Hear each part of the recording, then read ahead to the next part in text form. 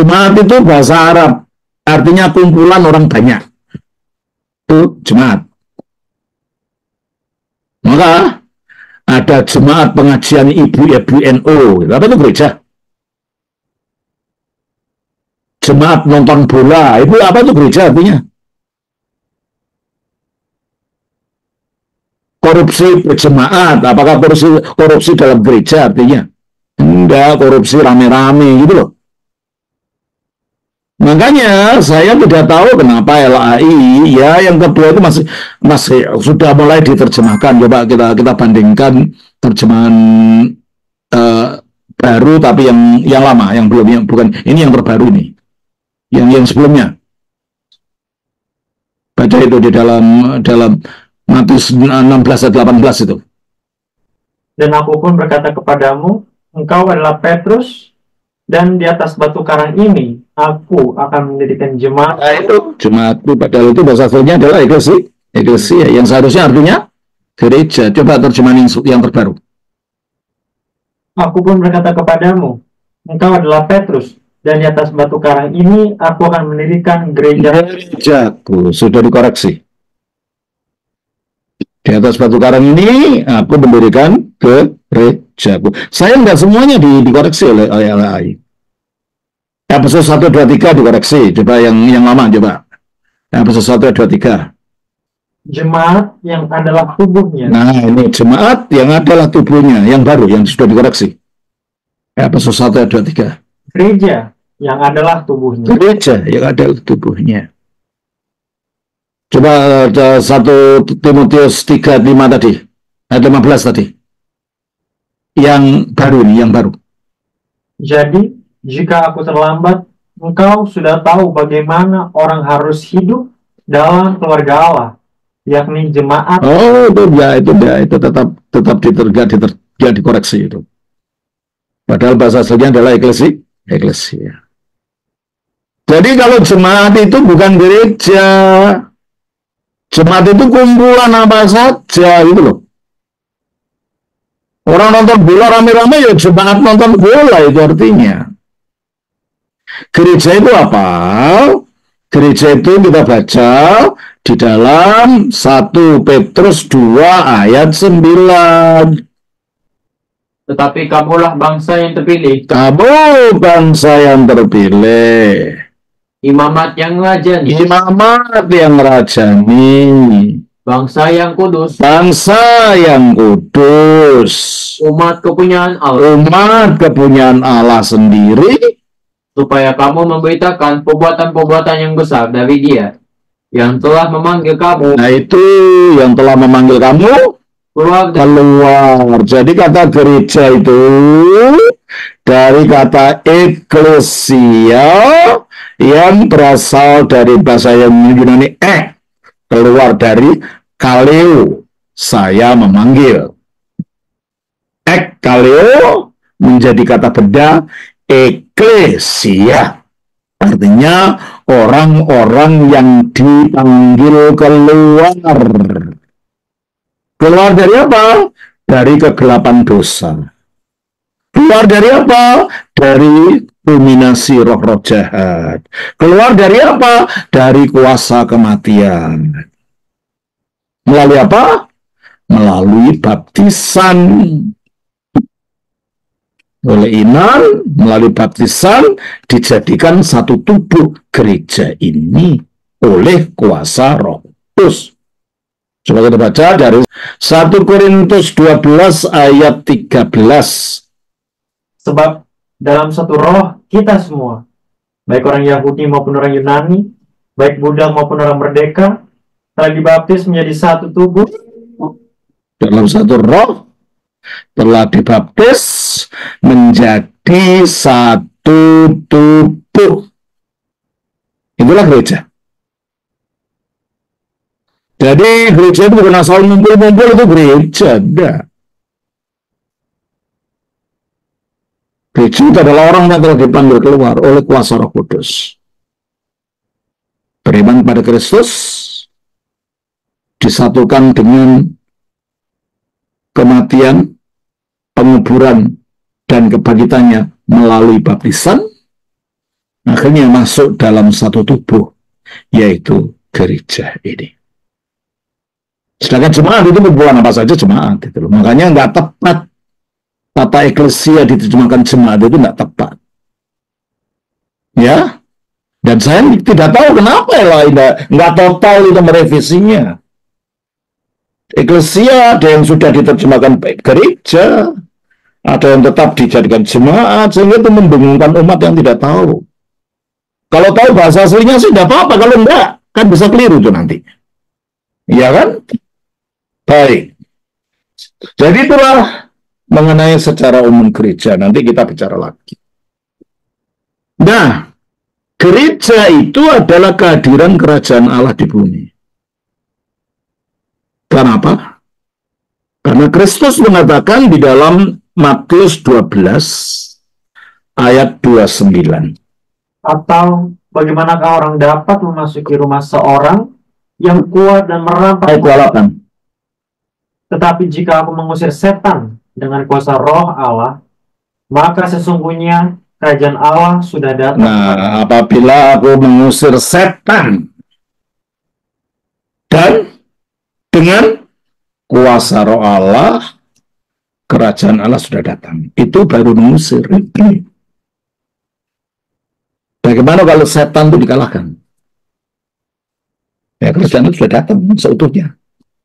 Secara rohani. Dan kapan setan dikalahkan?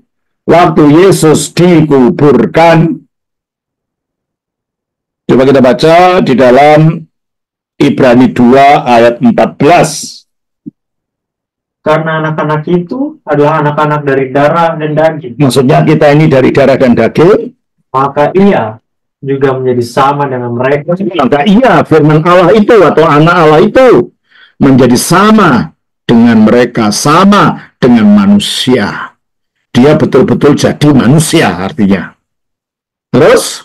Dan mendapat bagian dalam keadaan mereka. Itulah yang sering katakan dia 100% manusia. Itu ya kita sering dengar kata-kata itu kan, karena dia mendapat bagian persis seperti kita.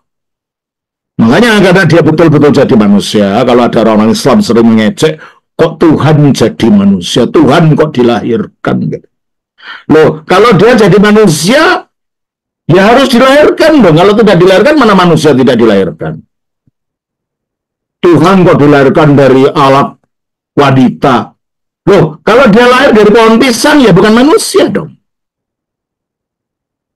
Kalau dia memang betul manusia, ya memang harus ada tempat di mana semua manusia dilahirkan, kan gitu. Jangan jorok. Ngapain Allah menciptakan yang jorok? Yang jorok kan pikiranmu yang buat jorok. Pikiranmu yang mengapa itu jorok, tetapi itu ciptaan Allah itu suci. Itu jorok kalau itu disalahgunakan. Kalau itu digunakan sebagai mestinya jangan enggak jorok, itu barang yang suci. Tempat lahirnya kehidupan kok ya jorok gimana? Hanya pikiran apa yang jorok? Ya. Nah, kalau dia betul-betul manusia, ya memang dia harus lahir dari jalan yang sama. Semua manusia yang lain dilahirkan.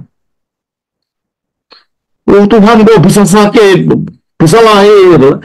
Dia, nah ini yang kadang-kadang orang Kristen perlu ingat. Tuhan Yesus yang kita kenal itu, kita kenal dalam keadaannya sesudah inkarnasi. Jelas ini ya? Kita tidak melihat Tuhan Yesus yang dalam keadaan bukan inkarnasi. Inkarnasi artinya sesudah memakai tubuh. Karena sudah memakai tubuh, maka dia mengalami semua pengalaman tubuh, ya lapar, ya haus, ya sakit, ya capek, ya sedih, ya bergembira. Nah, karena kan dia betul-betul manusia. Kita baca lagi itu dalam Ibrani 2:14 itu. Karena anak-anak itu adalah anak-anak dari darah dan daging, maka ia juga menjadi sama dengan mereka dan mendapat bagian dalam keadaan mereka. Mengapa? Supaya mendapat bagian dari keadaan manusia. Mengapa? Supaya oleh kematian supaya dia bisa mati. mati. Sebab kalau tidak jadi manusia, dia tidak mungkin bisa mati. Sebab Allah itu tidak punya kematian. 1 Timotius 6 ayat 16. Dialah satu-satunya yang tidak takluk kepada maut. Iyalah, maksudnya Allah. Satu-satunya yang tidak takluk kepada maut. Jika Yesus dalam wujud kealahannya tanpa inkarnasi, gimana dia bisa mati? Kalau dia tidak mati, bagaimana dia bisa mengalahkan kematian itu sendiri? Maka dia mati. Baca itu, ayat 14 itu. Karena anak-anak itu adalah anak-anak dari darah dan daging, maka ia juga menjadi sama dengan mereka dan mendapat bagian dalam keadaan mereka, supaya oleh kematiannya ia memusnahkan dia, yaitu iblis yang berkuasa atas. Logikanya gimana? Oleh kematiannya memusnahkan iblis yang berkuasa atas kematian. Nah, kalau iblis itu yang berkuasa atas kematian, berarti secara teori semua orang yang mati akan dicengkeram oleh iblis itu. Makanya orang mati tidak bisa keluar lagi, itu hidup lagi itu tidak bisa. Yang kita katakan hantu ini dan itu bukan orang mati jadi hantu. Sebab menurut orang Alkitab, orang yang mati yang nantinya tidak diselamatkan sudah ditetapkan tempatnya di Tartarus. Orang mati yang nantinya akan diselamatkan di waktu kebangkitan tempatnya di Firdaus. Maka tidak muncul keluar masuk dari kuburan jadi hantu. Yang jadi hantu itu pengikutnya iblis ini menyerupakan diri seperti orang yang mati supaya dipercaya orang dan akhirnya dijadikan berhala gitu loh. Tidak ada orang mati keluar jadi hantu, itu tidak ada. Ya, orang mati sudah ditetapkan tempatnya di mana. Nah, Yesus mati. Secara teori, dia berada di cengkeraman iblis dong. Iya. Secara teori. Tapi kenyataannya pada hari ketiga dia bangkit. Gitu loh. Dia keluar dari kuburan, iblis tidak bisa mencengkeram dia. Nggak boleh keluar, di situ saja, mati saja. Nggak bisa. Berarti iblis sudah tidak mampu untuk menahan Yesus dalam alam kematian. Berarti iblis dikalahkan oleh Yesus. Berarti kalau gitu melalui kematiannya Yesus telah mengalahkan iblis. Padahal dikatakan kalau aku mengusir iblis, kerajaan Allah sudah datang. Dengan dia mengalahkan iblis, kerajaan Allah turun. Jikalau aku mengalahkan iblis dan dengan kuasa roh Allah. Ya, roh Allah pada waktu dia belum bangkit, dia berkarya kalau diperlukan. Tapi sesudah dia bangkit mengalahkan iblis, lalu roh Allah turun pada hari Pentakosta secara sepenuhnya kepada murid-muridnya. Dan melalui turunnya roh Allah ini terbentuknya eklesia. Berarti eklesia ini menjadi kehadiran kerajaan Allah di dunia. Makanya kita tidak bisa masuk ke dalam kerajaan Allah itu kalau kita bukan di dalam tubuh. Kita tidak bisa ngomong, saya tidak percaya, gereja pokoknya percaya Yesus, enggak. Kamu mengenal Yesus yang utuh dalam gereja menurut Efesus 1, 23. Efesus 5, 23. Karena suami adalah kepala istri, sama seperti Kristus adalah kepala jemaat. Dialah yang menyelamatkan tubuh. Dialah yang menyelamatkan tubuh. Jadi yang selamat itu tubuh, gereja, seutuh, bukan orang per orang itu, enggak.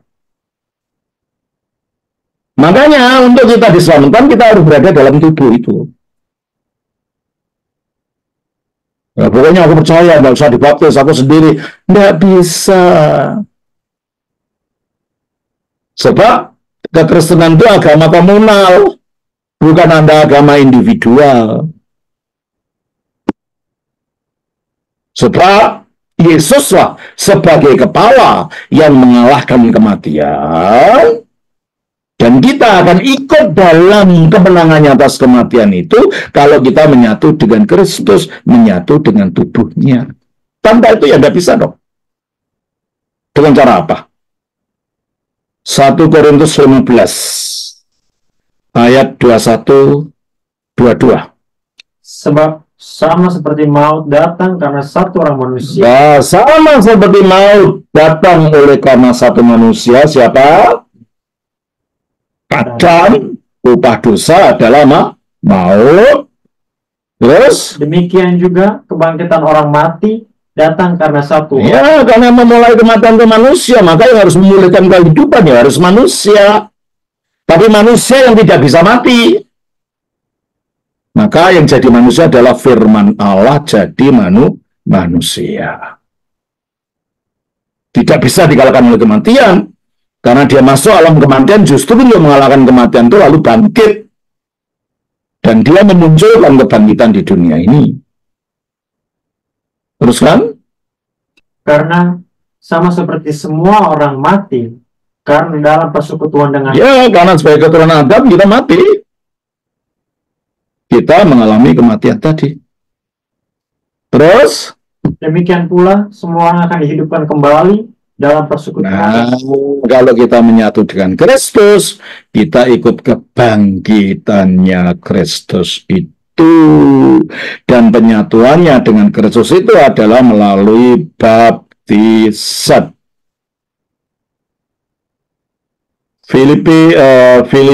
Galatia pasal 3 ayat 27. 26 27.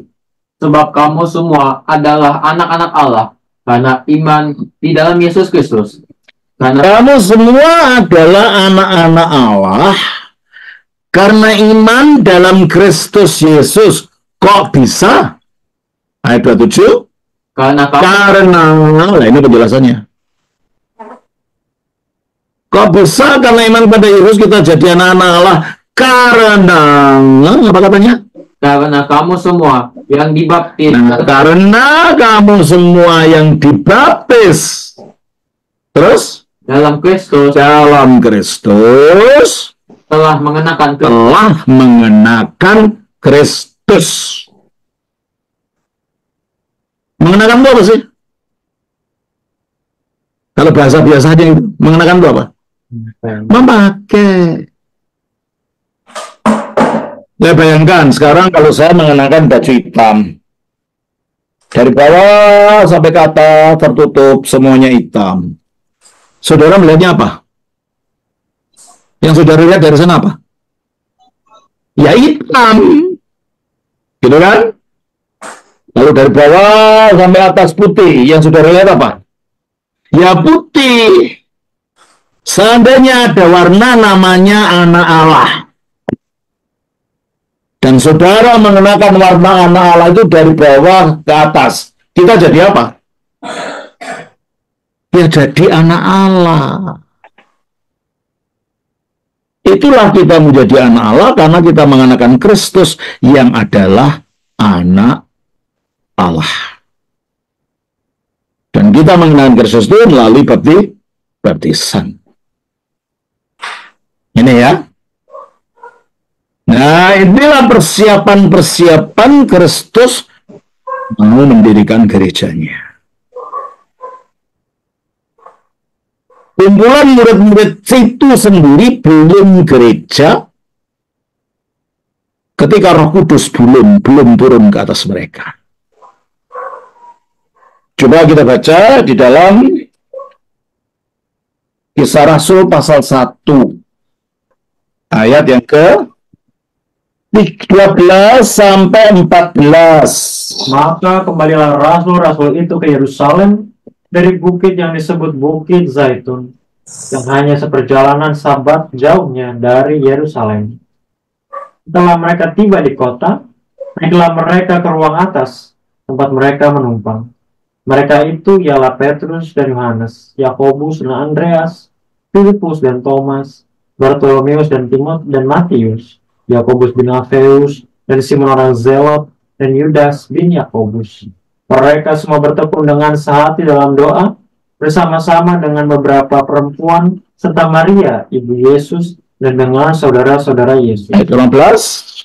Pada hari-hari itu, berdirilah Petrus di Mengapa Petrus berdiri? Karena dia dipilih sebagai pimpinan para rasul. Engkaulah Petrus, gitu kan? Terus Pada hari-hari itu, berdirilah Petrus di tengah-tengah saudara-saudara yang sedang berkumpul itu. Kira-kira 120 orang banyak. jadi gereja dimulai dengan berapa orang? 120 orang. Dan akhirnya terjadilah mujizat. Gereja lahir ketika pada hari raya Pentakosta Roh Kudus turun atas mereka. Jadi hari raya Pentakosta tahun 33 Masehi itu adalah hari lahirnya gereja. Makanya kalau ada teologi mengatakan ada Pentakosta kedua, Pentakosta ketiga, itu bohong.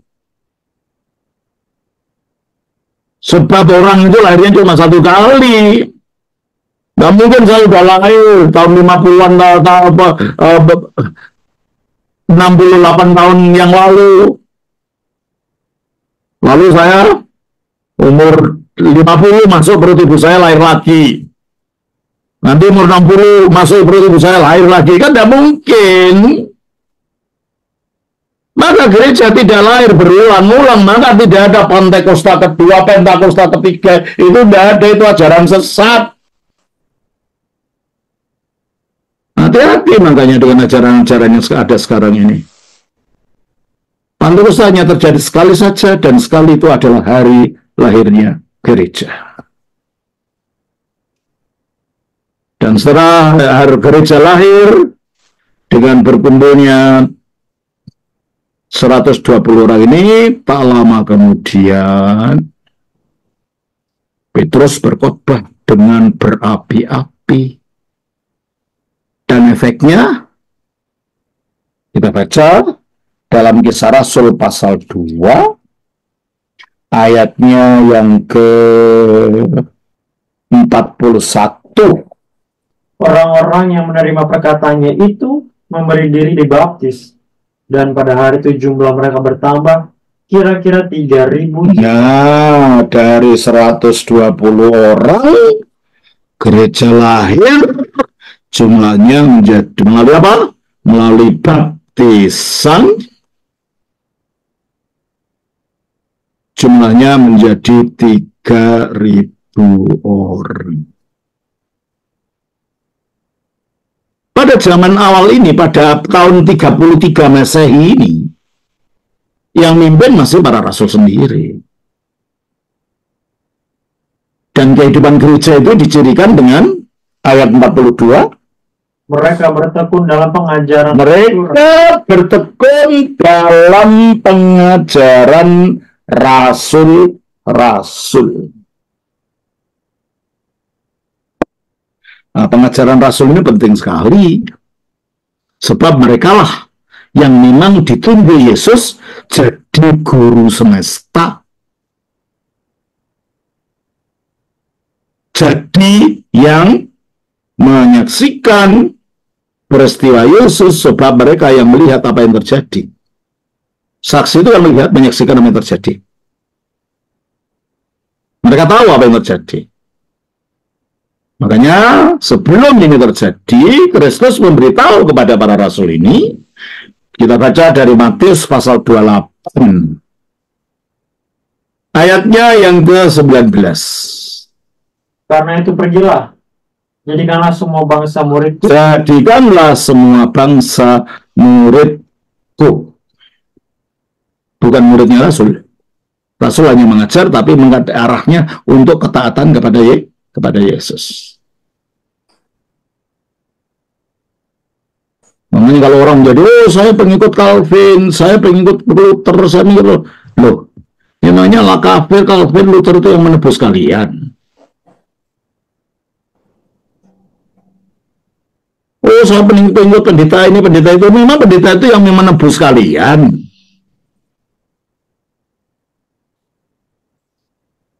Seharusnya kalian harus menjadi muridnya Yesus, bukan muridnya orang-orang ini, bukan muridnya orang Daniel pula. Romo Daniel itu hanya corong untuk memberitakan berita rasulia ini, sebab yang diajarkan menurut Alkitab haruslah ajaran yang rasulia. Yang ajaran rasulia itu asalnya dari Yesus sendiri. Sudah kita baca dari Matius pasal 28 tadi, ayat 19-20. Karena itu pergilah, jadikanlah semua bangsa muridku, dan baptislah mereka dalam nama Bapa dan Anak dan Roh Kudus. Dan ajarlah mereka melakukan segala sesuatu yang telah kuperintahkan.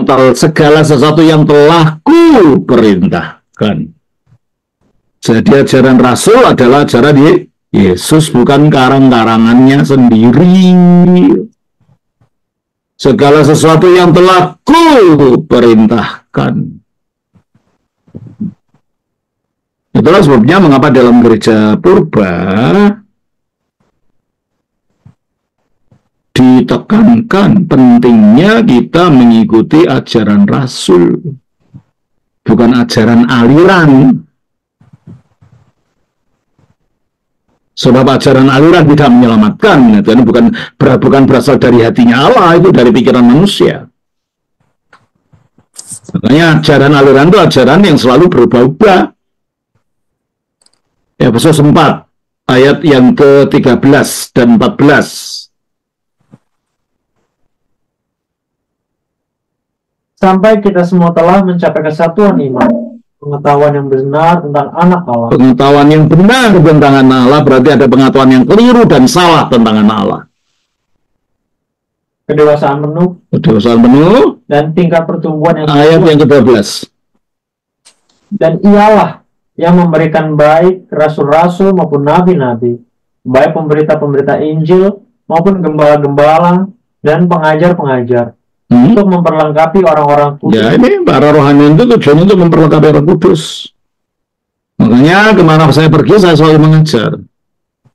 Karena saya merasa ini tugas saya. Untuk umat tidak disesatkan oleh macam-macam ajaran itu. Terus? Untuk memperlengkapi orang-orang kudus. Untuk memperlengkapi orang-orang kudus. Bagi pekerjaan pelayanan. Bagi pembangunan tubuh Kristus. Sampai kita semua telah mencapai kesatuan iman. Bukan macam-macam iman. Aliran-aliran ini membuat macam-macam iman. Padahal kita mengatakan kita sampai mencapai kesatuan iman. Iman apa? Ya iman rasulia. Ajarannya para rasul. Terus? Dan pengetahuan yang benar tentang anak Allah. Pengetahuan yang benar tentang anak Allah, bukan pengetahuan yang salah. Berarti ada yang salah tentang mana anak ini. Maka seperti minggu lalu saya katakan, tidak cukup dengan label nama Yesus. Yang penting kan Yesus. Ya memang Yesus landasan. Tapi Yesus yang mana yang kamu maksud? Bukan hanya label punya Yesus, tapi makna yang sebenarnya. Kenapa? Karena Alkitab pun menunjukkan Yesus sebagai label. Itu belum tentu menunjukkan Sang Juru Selamat ini. Kita baca di dalam Matius pasal 27 ayat 17. Karena mereka sudah berkumpul di sana, Pilatus berkata kepada mereka, siapa yang kamu hendaki kubebaskan bagimu? Yesus Barabas atau Yesus yang disebut Kristus? Ternyata ada dua Yesus itu. Yesus Barabas yang adalah seorang penyamun, dan Yesus Kristus yang adalah seorang penebus. Jadi tidak cukup hanya pokoknya Yesus. Sebab ada Yesus yang lain di sini. Ya kan? Itu zamannya Yesus sudah ada begitu. Lalu zamannya Rasul juga. Kolose 4 ayat 11. Dan dari Yesus yang dinamai Yustus. Ya, ternyata Yesus yang bukan Kristus. Yesus yang dinamai Yustus. Yesus yang lain lagi itu. Kita baca juga dalam 2 Korintus pasal 11. Ayat 3 dan 4. Tetapi aku takut kalau pikiran kamu yang disesatkan dari kesetiaan kamu yang sejati kepada Kristus. Sama seperti Hawa diperdayakan oleh ular itu dengan kelicikannya. Terus? Sebab kamu sabar saja. Nah, sebab kamu sabar saja orang Korintus. Pada waktu? Pada yang jika ada seseorang datang memberitakan Yesus yang lain. Nah, ternyata zamannya Rasul Paulus pun ada Yesus yang lain. Apalagi sekarang, gitu loh. Jadi kalau begitu menurut Alkitab tidak bisa pokoknya Yesus yang benar atau tidak. Ada Yesus tapi Barabas. Ada Yesus tapi Yustus. Ada lagi Yesus tukang sihir. Coba kita baca di dalam Kisah Rasul pasal 13 ayat 6. Mereka mengelilingi seluruh pulau itu sampai ke Pafos. Di situ mereka bertemu dengan seorang Yahudi bernama Bar Yesus. Ia seorang tukang sihir. Bar Yesus, anaknya Yesus, dia seorang tukang sihir Dan nabi palsu. Apa Yesus yang begitu yang kita ikuti? Makanya kita jangan terus ya. Pokoknya itu tidak berlaku. Bukan pokoknya, betul tidak, gitu loh. Sesuai dengan ajaran Rasul tidak. Jangan saya nanya sendiri, sebab Anda keliru nanti. Kalau Yesus karang-karangan Anda sendiri bukan membawa pada keselamatan, membawa pada kebinasaan itu nanti. Makanya dikatakan di dalam Galatia 1 ayat 8 dan 9. Tetapi sekalipun kami, maksudnya Paulus dan kolega para rasul yang lain, atau seorang malaikat dari sorga, entah itu namanya Jibril, entah namanya siapa, kalau yang memberitakan kepadamu suatu Injil yang berbeda dengan Injil yang telah. Kalau ada malaikat atau orang yang ngaku rasul memberitakan Injil yang berbeda dengan apa? Berbeda dengan aliranku? Bukan. Berbeda dengan teolog yang jadi idolaku? Bukan. Tapi berbeda dengan apa yang kami beritakan. Nah, kaminya ini menuju siapa? Rasul. Jadi kalau ada Injil itu berbeda dengan apa yang diberitakan Rasul, apa katanya?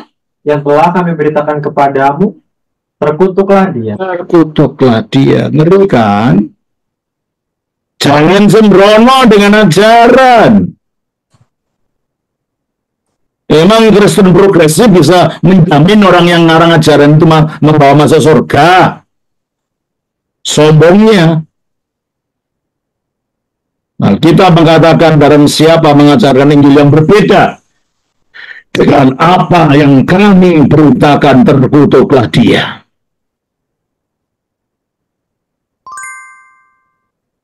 Hati-hati. Makanya hal yang pertama dilakukan gereja purba adalah tekun pada ajaran rasul-rasul.